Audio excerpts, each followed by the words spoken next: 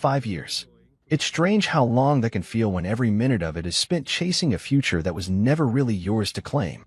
My name is Marcus Hale, and for what feels like a lifetime, my world rotated around a single mission: to help my wife, Sienna, achieve her dreams. It wasn't just something I said at the altar, it was a promise that wove itself into every muscle ache, every sleepless night, every silent prayer said behind the wheel of that beat-up delivery van. I would start my mornings before the sun cracked the sky, stacking pallets in freezing warehouses where the forklifts beeped endlessly, then clock out just long enough to grab a stale sandwich and start my evening shift delivering packages. Amazon, groceries, pizza, you name it. I dropped it off with a tired smile that barely masked how close I was to crumbling. Every time I stumbled through the door at 3 a.m., Sienna would be there in our tiny apartment, curled up on the couch with her nursing textbook scattered like a fan around her. She would blink up at me, exhaustion matching mine, and whisper, "Just a little longer, baby." I lived for those words, kissed her forehead, tucked a blanket around her, and told myself that love was measured in sacrifices, not in comfort. I watched her grind too, studying through migraines, pulling all-nighters before exams, fighting the gnawing fear that she wasn't good enough. And God help me, I admired her for it. I didn't see the warning signs, not really. I chalked up the distance between us to stress. The way her laughter no longer filled the room like it used to, the way her eyes sometimes darted away when I said, "I love you," how she stopped asking me about my day. I thought we were just tired, overworked, climbing that steep hill together. Every time she cried about failing a mock test or doubted her abilities, I held her tighter, working harder to build the foundation she could stand on. I remember one night clearer than most, the night she got her acceptance letter into the nursing program. She screamed, leaping into my arms, her joy so blinding I forgot how heavy my own chest felt. "We did it," she cried. And in that moment, I believed it was true. We, not her. Us. A team. What a fool I was. Over the years, every dollar I earned funneled into her education. Books that cost as much as our monthly utilities. Lab coats. Clinical supplies. Gas money for hospital rotations. Meanwhile, I wore shoes with holes in the soles, and my idea of a luxury meal was adding bacon to a drive-through cheeseburger. It didn't matter. I convinced myself it would all be worth it in the end. That one day, we'd look back at the struggle and laugh, wrapped up in a better life we had bled together to build. That was the dream, wasn't it? Build her up so we could rise together. What I didn't realize, what I was too stupid, too trusting, too in love to realize, was that in her mind, the finish line wasn't the beginning of our next chapter. It was the end of my usefulness. I was the training wheels she couldn't wait to kick off once she learned how to balance without me. All the whispered promises, all the midnight forehead kisses, they weren't a covenant. They were a transaction with a hidden expiration date. And when it finally came due, I wouldn't even be afforded the dignity of a warning. There's a cruelty in hope. It blinds you to the moments when the people you love most start packing up pieces of themselves without telling you. You stand there smiling like a fool, holding out your heart like an offering, never noticing that their hands are already too full with new dreams you no longer fit inside. 5 years of believing, of breaking my back to build a dream that was only meant for one of us. 5 years of just a little longer, baby, echoing in my ears, a lullaby masking a slow goodbye. I carried that hope like a fool carries a winning lottery ticket he never bothered to check, thinking it would save me, change everything, when really, it was just paper, worthless once the numbers were revealed. I wish I could say I saw it coming, that I noticed the way her hugs turned hollow, or the way she flinched when I mentioned the future. But love makes you blind in the most insidious way, not by covering your eyes, but by filling them with so much brightness you can't see the cracks forming in the foundation. I didn't see it. I didn't feel it until it hit me full force, like a sledgehammer to the chest. And by the time I realized the truth, there was no going back. Sienna Hale, the woman I built my life around, had already decided that the life we built together was a stepping stone she was ready to leave behind. And me? I was just the fool still standing at the bottom of the staircase, arms outstretched, waiting for a hand that was never going to reach back down. I didn't know what I was walking into that day. If I had, maybe I would have braced myself harder. Maybe I would have recognized the brittle tension in the air the moment I stepped through the door. But no. After all these years, some part of me still believed in happy endings. I had stopped at the store on my way home from the night shift, the exhaustion heavy in my bones, but the excitement somehow stronger. I'd grabbed a cheap bouquet of roses and a card that said "Proud of you" in big, stupid gold letters. I was ready to celebrate her. Us. Everything we had fought so hard for. But when I pushed the door open, the apartment was too still, too staged, almost like a set on a show where I was the only one who hadn't read the script. The champagne bottle caught my eye first, glinting in the sunlight like a trap. It sat in the center of the kitchen table, next to a neat stack of papers. And there she was, Sienna, radiant in her crisp white coat, the symbol of all those years of sacrifice made real. She looked like everything we had ever dreamed of. For half a second I smiled. Half a second before the pit opened under my feet. She turned, her expression shining with something that wasn't joy. It was freedom. A wild, untamed relief that had nothing to do with me. "You made it," she said lightly, picking up the champagne and popping the cork with an ease that made my stomach twist. Foam spilled over the edge, and she giggled, pouring 2 glasses without even looking at me. I set the flowers down stupidly on the counter. They looked pathetic there, bright and desperate and out of place in a room that no longer belonged to me. I reached for the papers, my fingers trembling slightly, my heart hammering a warning I didn't yet have the courage to heed. I didn't need to read the title. I knew instantly. Divorce agreement. Property division. No kids, no assets except the battered truck and the worn furniture we bought secondhand when we were broke and stupid and wildly in love. I lifted my gaze to hers, searching, pleading silently for some explanation, some hint of the woman I had given everything to. Instead, she smiled wider, clinking her glass against mine. "I need to grow without dead weight holding me back," she said, her tone breezy, as if discussing a new hairstyle. Dead weight. That was what I had become to her. A tether she no longer wanted dragging behind her now that she had the wings she needed. I didn't argue. Not because I agreed, but because I realized, standing there like an idiot in my work boots and warehouse uniform, that anything I said would only dignify the way she had already rewritten our history. Love hadn't died here.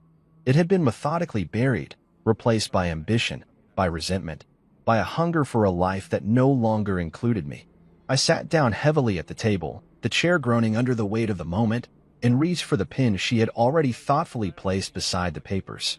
My hand hovered for a second where I thought about fighting, about begging her to remember the nights we slept on an air mattress because we couldn't afford a bed frame, about the nights I came home with frostbitten fingers just to put gas in her car so she could make it to her clinicals, about all the invisible ways I had built a world around her. But what good would it do? She had already decided I didn't belong in the life she had fought for. So I signed. No hesitation, no dramatic pause for effect. Just the quick, brutal scratch of pen on paper. Behind me, I heard laughter, a soft, mocking giggle that made my skin crawl. I turned slightly to see Rachel, Sienna's best friend, leaning against the kitchen doorway with a glass of champagne in hand, her smirk barely disguised. She didn't even try to hide her satisfaction. I realized then that this wasn't a private betrayal, it was a celebration, a liberation. The two of them, giddy with the idea of a future without me cluttering up the picture. I pushed the signed papers toward Sienna and stood up. The chair scraped loudly against the floor, a sharp, ugly sound that felt too fitting for the moment. She didn't say thank you, didn't say sorry, just picked up the papers, glanced at my signature, and nodded approvingly, as if I had just completed one final chore before being dismissed. I walked to the door on legs that felt strangely detached from my body, numb and slow. I didn't look back. I didn't give them the satisfaction of seeing whatever emotion might have leaked through the cracks. Not anger, not sadness. Nothing. Let them laugh. Let them toast. Outside, the world was achingly normal. Birds chirped. A neighbor washed his car. Somewhere, a lawnmower bust. The sun was too bright, too oblivious to the shattering that had just occurred behind that door. I climbed into my old pickup, my hands gripping the steering wheel until my knuckles turned white. For a long moment, I just sat there, staring straight ahead, trying to remember how to breathe without her. 5 years ago, I had vowed to build a life around her. I had spent every waking moment stacking stone after stone, brick after brick, constructing a dream that she could stand tall within. And today, with a few strokes of a pen and a bottle of champagne, she had bulldozed it all to the ground. Not with rage or cruelty, but with something colder, indifference. I shifted the truck into gear and pulled away from the curb, the tires crunching over loose gravel. I didn't cry. I didn't rage.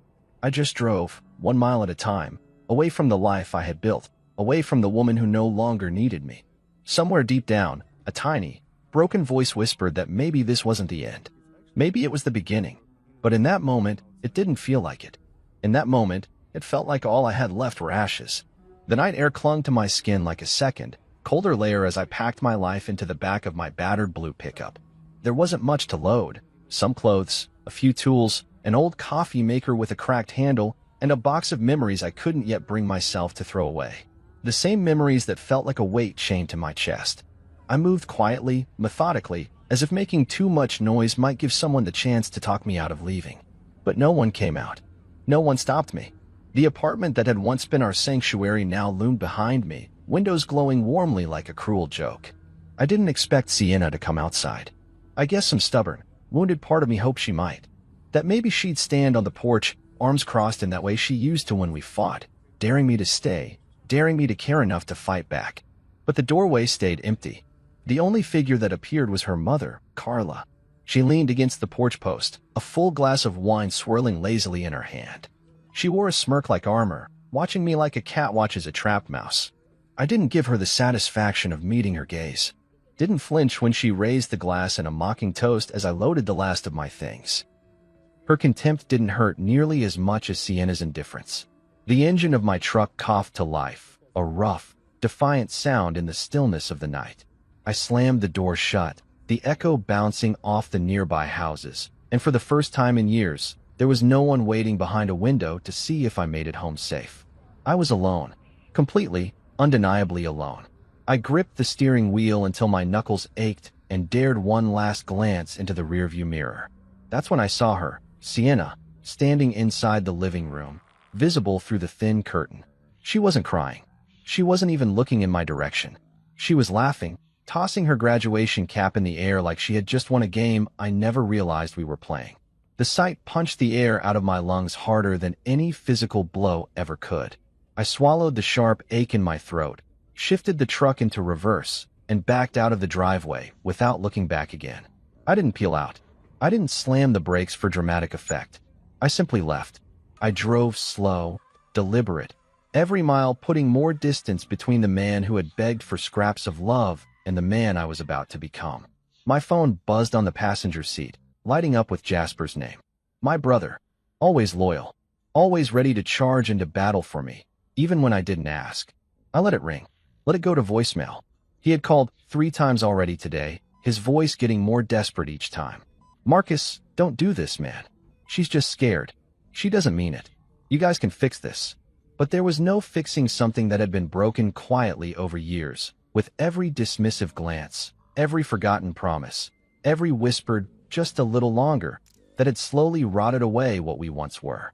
No, I was done fighting for someone who had so clearly stopped fighting for me. Done bleeding for a love that had turned into a transaction she could terminate when it no longer served her. I silenced the phone, shoving it deep into the glove compartment where its pleading buzz would be nothing more than a faint, distant memory. The farther I drove, the lighter I felt, an unfamiliar, almost terrifying sensation.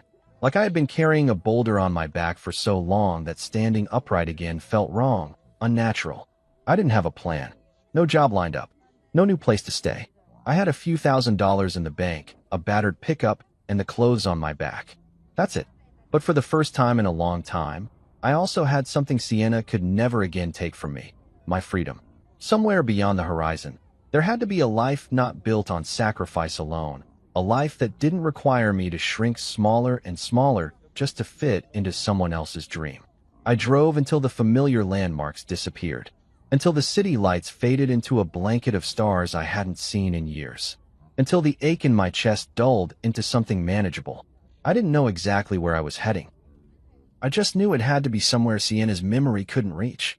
Somewhere I could be just Marcus, not Marcus the delivery guy, Marcus the night manager, Marcus the husband who wasn't enough. Just Marcus. Around dawn, I pulled over on the side of a quiet country road. The fields stretched out endlessly on either side, the mist curling around the low hills like lazy ghosts. I killed the engine and sat there for a moment, breathing in the silence, letting it settle into the empty spaces Sienna had left behind. I opened the glove compartment and pulled out my phone again. One last check. No new messages. No frantic apology. No sudden realization of regret. And somehow, that made it easier. I deleted her number, the final cut of a thread I had clung to long after it had frayed beyond repair. Then I dropped the phone back in the glove box, closed it with a soft click, and leaned back against the worn seat. I didn't cry. The tears had dried up somewhere between the sound of Rachel's laughter and the sight of Sienna's cap flying through the air. What was left wasn't sadness. It wasn't even anger. It was something colder, something sharper. Resolve. I was done being the man who stayed. Done being the man who waited. From this moment forward, every mile, every hour, every breath would be mine. And as the sun rose slowly over the empty fields, painting the sky with the soft golds and pinks of a new day, I realized something else. I wasn't lost. I was finally free. Ashwood Creek wasn't on any of the maps that mattered. If you blinked driving through it, you'd miss the cracked welcome sign and the two narrow streets that made up its town center. And that was exactly why I chose it.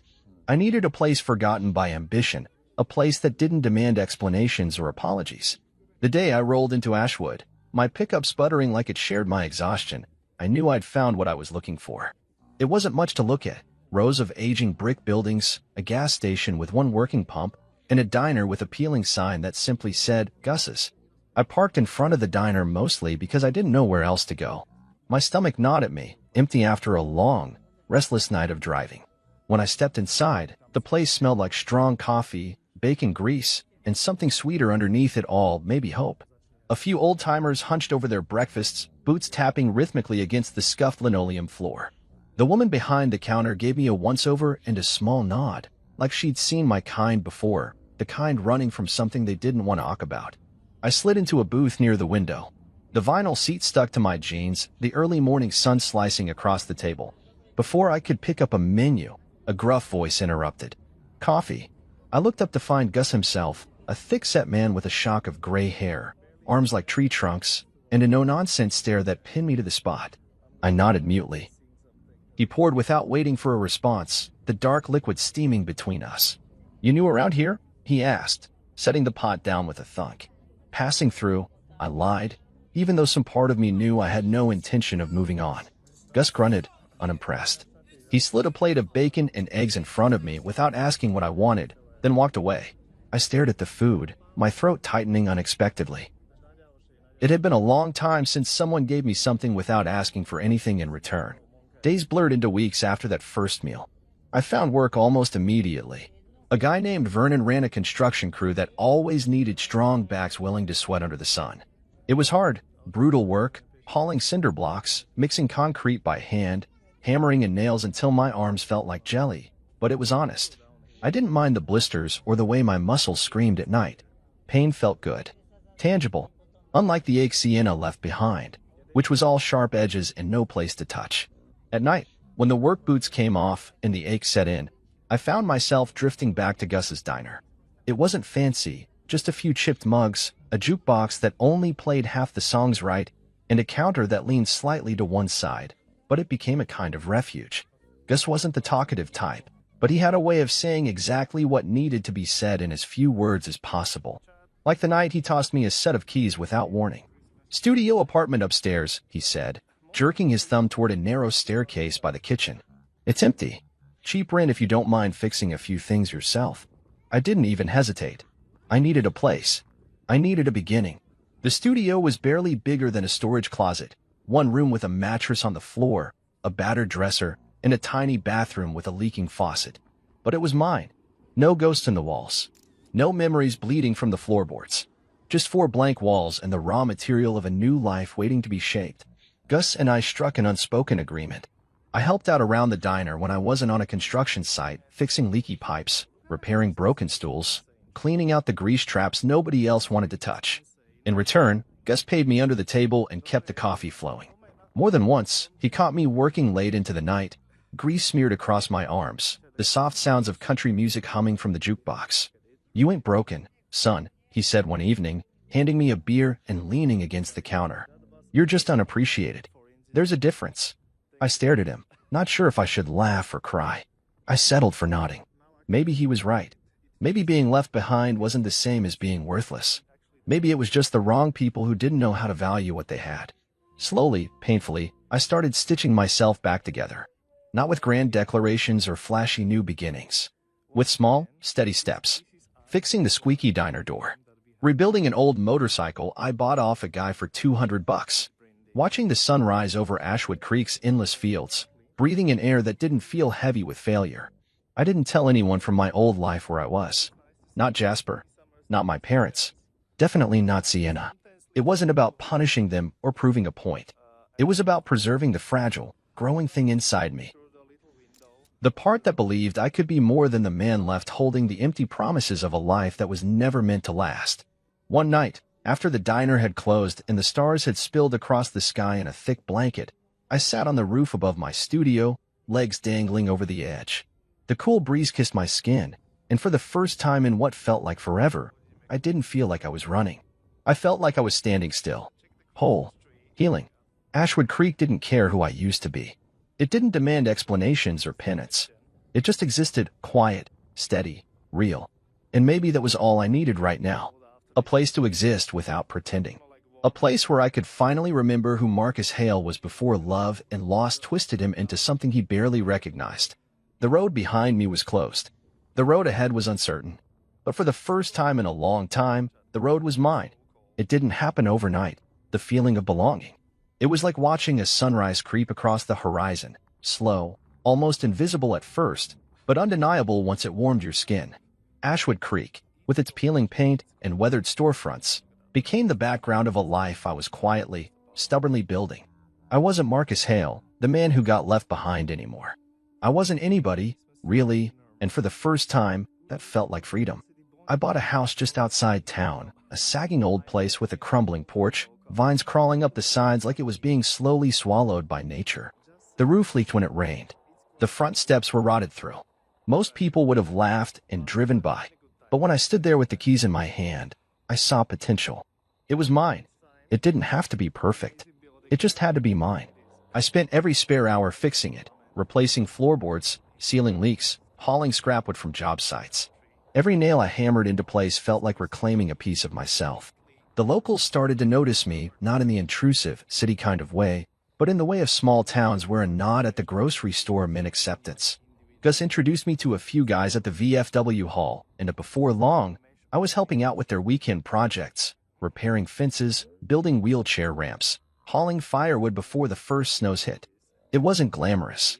It wasn't the life I had once dreamed about when Sienna and I plotted our future over late-night takeout. But it was real, solid under my boots, honest in a way that left no room for the kind of betrayal I'd left behind. And then there was Delilah. I met her on a Tuesday afternoon, the kind of humid day where the air sticks to your skin and the clouds hang low like they're too tired to rain. I was fixing the porch rail at the diner when a silver SUV pulled into the gravel lot, dust kicking up behind it. She stepped out with a camera slung around her neck, her hair pulled back in a messy knot, wearing scuffed boots and a denim jacket that looked like it had seen 100 road trips. She glanced around with a kind of wide-eyed curiosity, like she was cataloging the details of the world around her. Our eyes met, and she smiled, a simple, open thing that hit me harder than I expected. I nodded, wiping the sweat from my forehead with the back of my hand. She walked over without hesitation. "You're not from around here," she said, her voice light, teasing, not accusing, just an observation. I shrugged. "Guess that makes two of us." She laughed, the sound low and genuine. It wasn't a flirtatious laugh, not the polished kind Sienna used to deploy like a weapon. It was easy, honest. She introduced herself, Delilah Moore, a traveling photographer documenting small towns across America. I didn't have much to say about myself, and she didn't pry. She just sat on the porch steps while I worked, snapping photos of the diner sign, the chipped coffee mugs through the window, the way the afternoon sun turned the dust into gold. Over the next few weeks, she kept showing up. Sometimes she ordered a slice of pie and nursed a cup of coffee for hours, flipping through her photos. Sometimes she sat at the counter and swapped stories with Gus, making the old man laugh in a way I hadn't seen before. And sometimes she found me, wherever I was patching a fence or tuning an engine, and asked if she could take my picture. At first, I said no. I didn't want to be captured, frozen in time as the broken man who ran away. But Delilah had a way of looking at you that made you feel seen, not judged, not pitted, just seen. One day, I relented. She snapped a few shots of me sanding down a motorcycle frame behind the diner. I expected to hate them, expected to see the ghost of who I used to be. But when she showed them to me, I didn't see a broken man. I saw someone still standing, still fighting. Delilah didn't ask about my past. She didn't push. She just let me exist beside her, quietly, steadily, until it felt natural to open up. Sitting on the tailgate of my truck one night, under a sky so full of stars it looked like it could swallow us whole, I found myself telling her things I hadn't said out loud in years. About the 5 years of tomorrows I gave to someone who never planned to stay. About the nights spent wondering what I could have done differently. About the quiet rage that sometimes still curled in my gut when I thought about Sienna's laughter as I drove away. Delilah listened. She didn't interrupt, didn't offer easy platitudes. When I finally ran out of words, she reached over and took my hand in hers. Simple, certain, grounding. You deserve to be loved where you're celebrated, she said softly, not tolerated. The words hit something raw and aching deep inside me. I didn't realize how badly I needed to hear them until that moment. How much I had twisted myself over the years, trying to be small enough, patient enough, good enough for someone who had already decided I wasn't what she wanted. With Delilah, there was no tightrope to walk, no invisible test to pass. I could just be. For the first time in a decade, I believed it might be possible. That maybe I wasn't too broken. That maybe being left behind wasn't the end of the story, it was just the beginning of a new chapter. When I would write on my own terms, with my own hands, on the porch of a crumbling house that I would make strong again. And this time, I wouldn't be chasing someone else's dreams. This time, I would be living mine. Back in the city, the life Sienna had fought so hard to build was beginning to unravel, thread by thread, while I was learning how to breathe again. Of course, I didn't know it then. I had stopped checking, stopped wondering. In my mind, she had gotten everything she ever wanted, the degree, the freedom, the fresh start without me weighing her down. I imagined her thriving, smiling that dazzling smile she used to flash when she talked about her future. I figured she had erased me the way a teacher wipes a chalkboard clean, quick and efficient, no trace of what had been written before. I was wrong. Sienna's world wasn't the glossy fairy tale she had envisioned. The new life she crafted with such precision quickly started to show its cracks. Rachel, her so-called best friend, the one who toasted my exit with a glass of champagne, turned out to be less of a support system and more of a wrecking ball. Partying every night, dragging Sienna into scene after scene she had no real stomach for. Nights that started with laughter and ended with shame. Mornings spent scrubbing at regret with coffee and sunglasses and 1,000 whispered lies about how this was all just a phase, just a little fun before real life began. Then there was Carla, her mother, whose constant hovering and judging only amplified every little failure Sienna tried to hide. Carla didn't see a daughter carving out her independence. She saw an extension of herself, a trophy she could parade at brunches and charity events. Every mistake Sienna made, every job application that was ignored, every relationship that fizzled, became another lecture, another reminder that she wasn't living up to the image her mother had painted for her. The applause Sienna had craved so desperately started sounding hollow when it came with conditions and criticism buried underneath the praise. Even the job she finally landed wasn't what she imagined.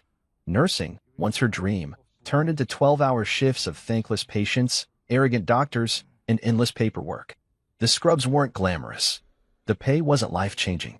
The reality didn't match the fantasy she had sacrificed so much for. She watched other nurses smile when they clocked out and realized she couldn't remember the last time she felt joy. Not real joy. The kind that bubbles up from somewhere deep and pure. Her days blurred into a cycle of exhaustion and resentment, and the pride she had worn on graduation day dulled under the weight of repetition and loneliness. Loneliness, that was the worst part. The men she dated were a carousel of the same smiling faces, the same empty promises. None of them stayed long. None of them really knew her. Not the way I had known her, back when she was still the girl who cried over bad grades and dreamed of saving lives. She traded gold for glitter, and when the glitter blew away in the wind, she was left standing in the ashes, wondering when everything had gone so wrong. One night, rummaging through a drawer she hadn't touched in years, she found an old photo.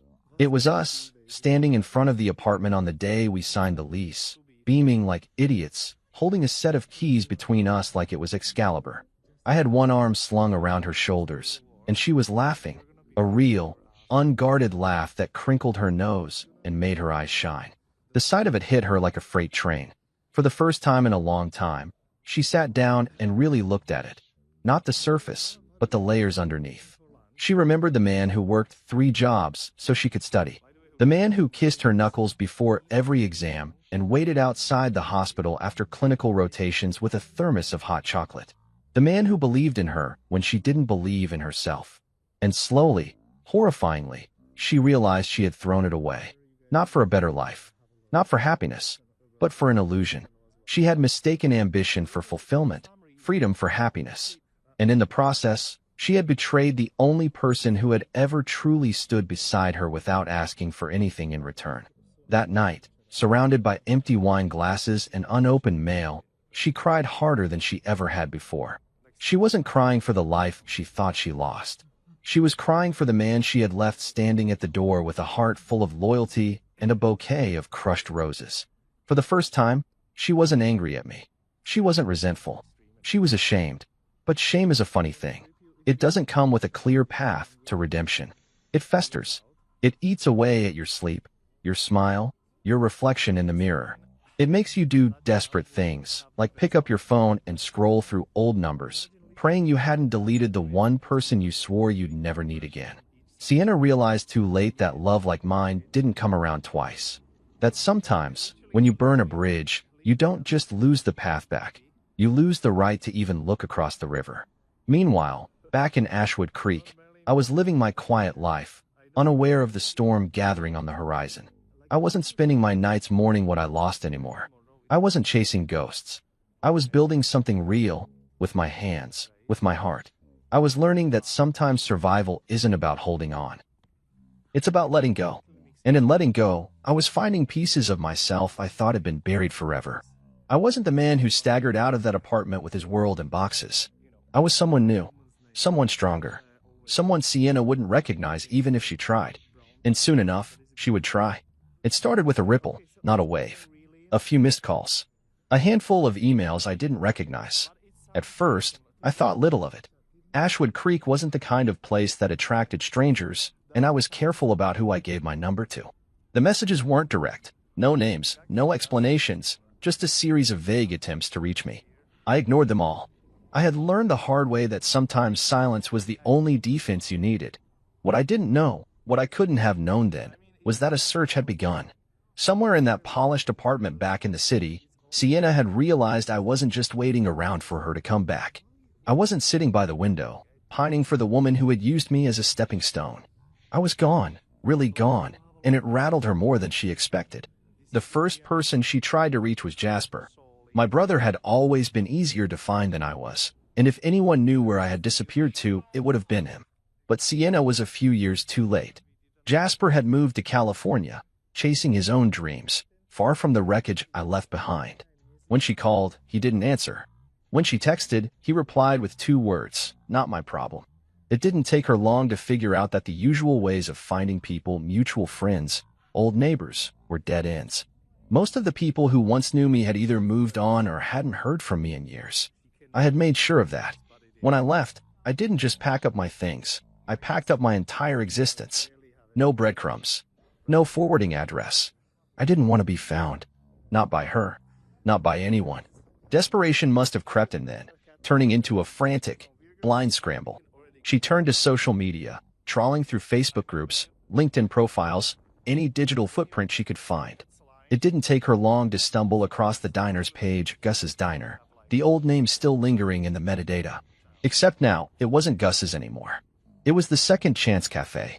New name, new owners, new life. She messaged the page, hoping whoever ran it could lead her to me. She probably imagined me still washing dishes in the back, still stuck in the same small loop of existence she had discarded.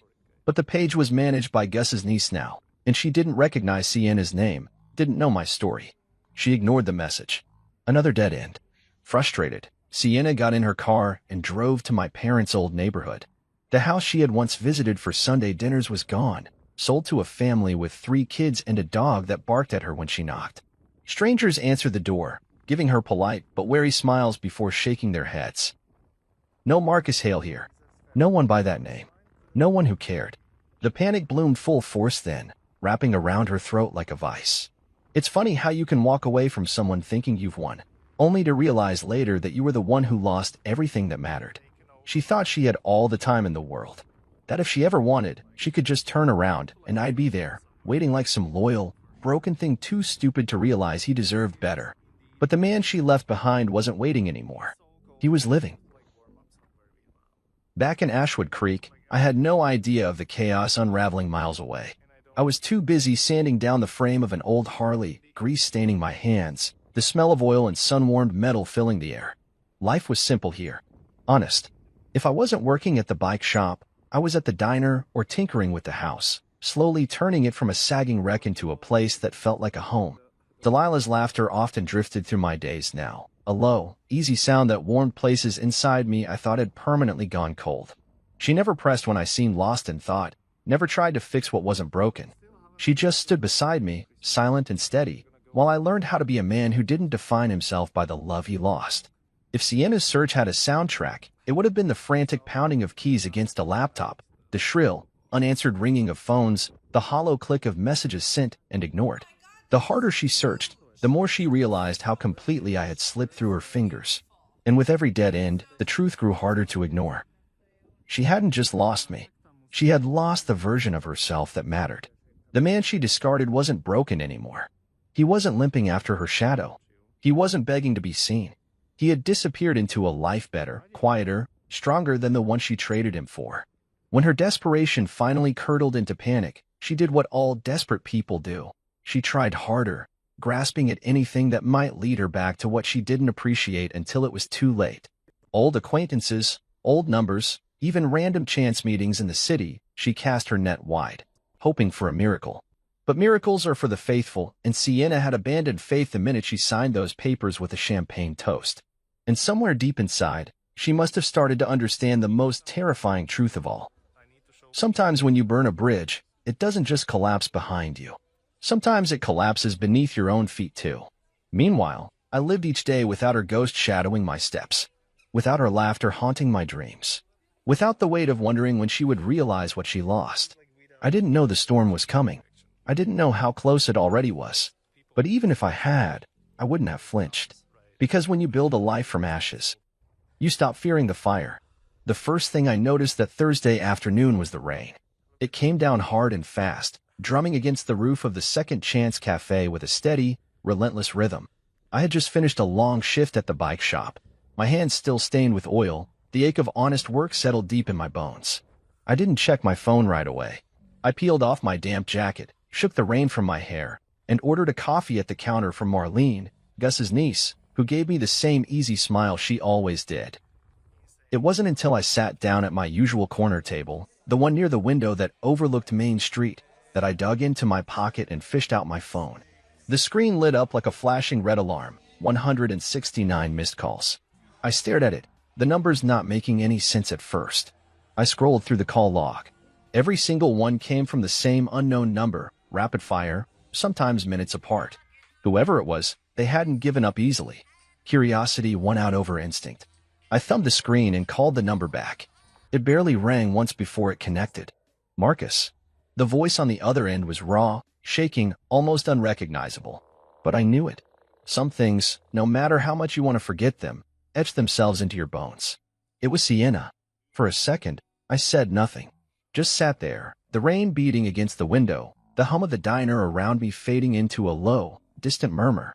She was sobbing, messy and loud, like the kind of crying that doesn't care who hears. She choked out, the words tumbling over each other. I made a mistake, Marcus. God, I made the biggest mistake of my life. I was stupid. I thought I knew what I wanted. Her voice cracked so hard I thought she might break in half through the phone. I need you. Please. I'll do whatever it takes. I can fix this. I can fix us. I leaned back in my chair, feeling strangely detached, like I was listening to a story about someone else's life. The desperation in her voice might have gutted me once. Months ago, maybe even weeks ago, I would have hung on every word, foolishly clinging to the hope that love could erase betrayal. But not now. Now I heard the truth buried beneath the begging, the panic of someone who realized too late that not all doors stay open forever. I didn't rush to answer. I let her fill the silence with more frantic words. Apologies. Promises. Memories she tried to string together into something that sounded like redemption. I listened. I owed her that much, maybe. Or maybe I didn't owe her a damn thing. When I finally spoke, my voice was calm, steady. No anger, no hatred, just the kind of quiet certainty that comes when you finally understand your own worth. I'm not the man you left behind anymore. The words hung there, suspended between us like a blade. I didn't elaborate. I didn't try to soften the blow. I didn't give her a roadmap back to me. Some journeys aren't meant to be retraced. There was a long, hollow pause on the other end of the line. I imagined her sitting in whatever apartment or car she was hiding in, the walls closing in around her, the realization sinking in that she couldn't just rewind the clock and erase the damage she had done. And then, before she could gather herself enough to say whatever she was about to say next, I hung up. It wasn't anger that made me do it. It was mercy. For her. For me. For the boy I had been who would have clung to the fantasy that love could heal everything if you just wanted it badly enough. That boy deserved peace, and the man I was now was finally strong enough to give it to him. I set the phone down on the table, face down, and wrapped my hands around the warm mug of coffee Marlene had set in front of me. The heat seeped into my palms, grounding me. Around me, life went on. Gus argued good-naturedly with a customer about the weather. Someone dropped a spoon and cursed under their breath. The jukebox in the corner crackled to life with an old country song about losing and finding yourself again. The rain blurred the world outside into a smear of gray and silver, but inside, I felt clear for the first time in years. Delilah slid into the seat across from me without a word, her damp hair curling around her face, a knowing look in her eyes. She must have seen something in my expression because she didn't ask what happened. Didn't need to. She just reached across the table and squeezed my hand, her touch firm and steady. I squeezed back, a small, silent thank you for her understanding. Sienna's voice echoed faintly in my memory, but it didn't hurt the way it used to. It didn't crack me open or drag me under. It was just another sound, another closed door behind me. She had made her choice. And finally, so had I. Outside the window, the rain began to slow, the heavy drops tapering off into a soft mist. The world beyond Ashwood Creek would keep spinning, full of regrets and what-ifs and people chasing the past like ghosts they could never quite catch. But me? I wasn't chasing anything anymore. I was already home. 2 days later, the storm didn't come from the sky. It walked straight through the door of the Second Chance Cafe. It was a Saturday morning, the kind that usually hummed with slow conversation and the smell of fresh biscuits drifting through the air. I was behind the counter with Gus, wiping down mugs and chatting about the upcoming county fair, when the bell above the door jingled violently, announcing something more than just a customer. I didn't have to turn around to feel the shift in the room. Conversation stalled. Forks froze halfway to mouths. Even the jukebox seemed to stutter and fall silent. I knew before I even looked who it was. Sienna stood in the doorway, drenched from head to toe, her mascara smeared in dark tracks down her cheeks, her hair clinging wetly to her face. She wore a jacket that was far too thin for the weather, her hands trembling as she clutched a soggy purse to her chest like it might anchor her. She looked nothing like the woman who had stood in our kitchen 5 years ago, radiant and triumphant, popping a champagne cork over my broken heart. Delilah sat at the counter a few stools down, cradling a cup of tea in her hands. She turned her head slightly, registering the scene without panic, her expression calm but alert. She didn't speak. She didn't move. She just watched, her presence a silent wall of strength beside me. Sienna's eyes locked onto mine, and for a moment, the whole world narrowed down to just the space between us. She stumbled forward a step, her voice breaking the thick, stunned silence of the diner. "Marcus, please." She dropped to her knees on the checkered floor with a soft thud that echoed far louder than it should have. Gasps rippled through the cafe. Forks clattered onto plates. Someone whispered a sharp curse under their breath. She crawled toward me, clutching at my hand where it rested on the counter, her fingers cold and trembling. Tears mixed with the rain on her face, making her look almost childlike in her desperation. "I'm sorry," she sobbed, voice ragged. "I'm so sorry.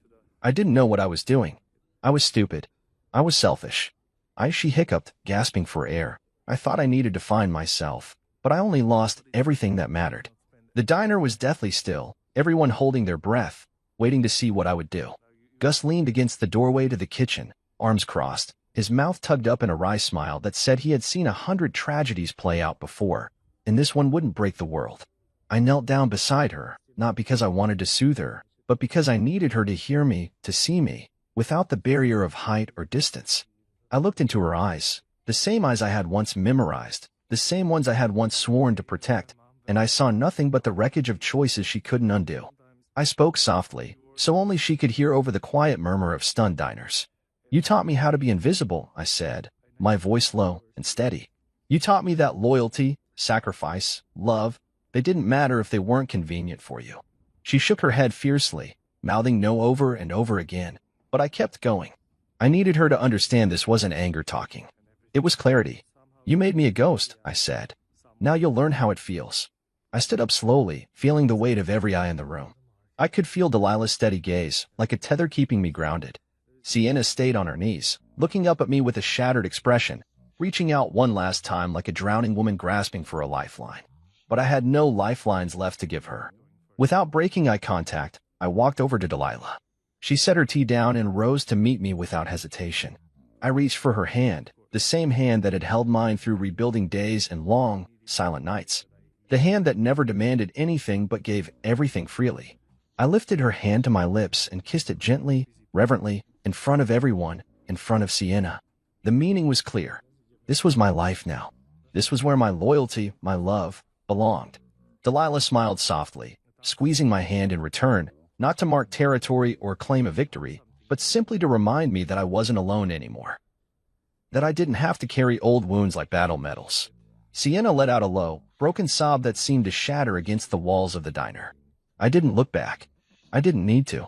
As I led Delilah toward the door, the rest of the diner began to buzz with movement again, forks scraping plates, conversations picking up awkwardly. Life, refusing to pause for one woman's regret. Gus tipped his imaginary hat to me as I passed, a silent salute I understood without needing to hear the words. Outside, the rain had eased into a fine mist, soft and almost forgiving. I helped Delilah into my truck, climbing in beside her. For a moment, we sat there in the quiet, the windows fogging slightly from the heat of our breathing. Delilah rested her head against my shoulder. "You okay?" she murmured. I thought about it. Really thought about it. About the years I spent loving someone who couldn't love me back. About the nights I wondered if I would ever feel whole again. About the long, brutal climb out of the pit Sienna had left me in. I turned my head, pressing a kiss to Delilah's temple. "I'm better than okay," I said. "I'm free." As I started the engine and pulled away from the diner, from the wreckage of a life that wasn't mine anymore, I realized something that made me smile. Some ghosts aren't meant to haunt you forever. Some ghosts are meant to teach you how to live again. Life didn't snap back into place like a rubber band after that day. It didn't miraculously erase the years I spent trying to make myself small enough for someone else's dreams. Healing wasn't a straight road in Ashwood Creek. It was winding, full of little detours and unexpected stops, but it was mine. Every scar, every crack in my heart, every rough edge I'd once tried to sand down for the sake of someone else's comfort, none of it needed to be hidden anymore.